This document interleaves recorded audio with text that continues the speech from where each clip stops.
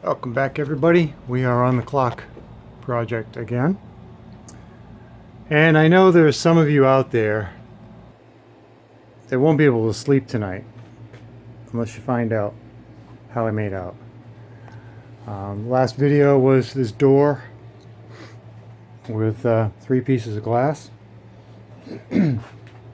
I put some JB weld in the crack. That didn't pan out very well. One of the people on Facebook suggested I use CA glue and maybe it will flow in there. So I did, and it did.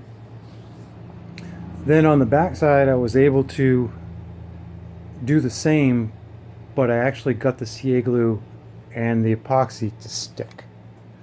So, the moment I've all been waiting for. This is how it turned out. If you remember, I said I was going to go for the Japanese style pottery, the gold in the pottery. You know how they put the gold in the pottery if it's broken. And they revere the pot. At least that's the story I was told. So this is what we've got on this side.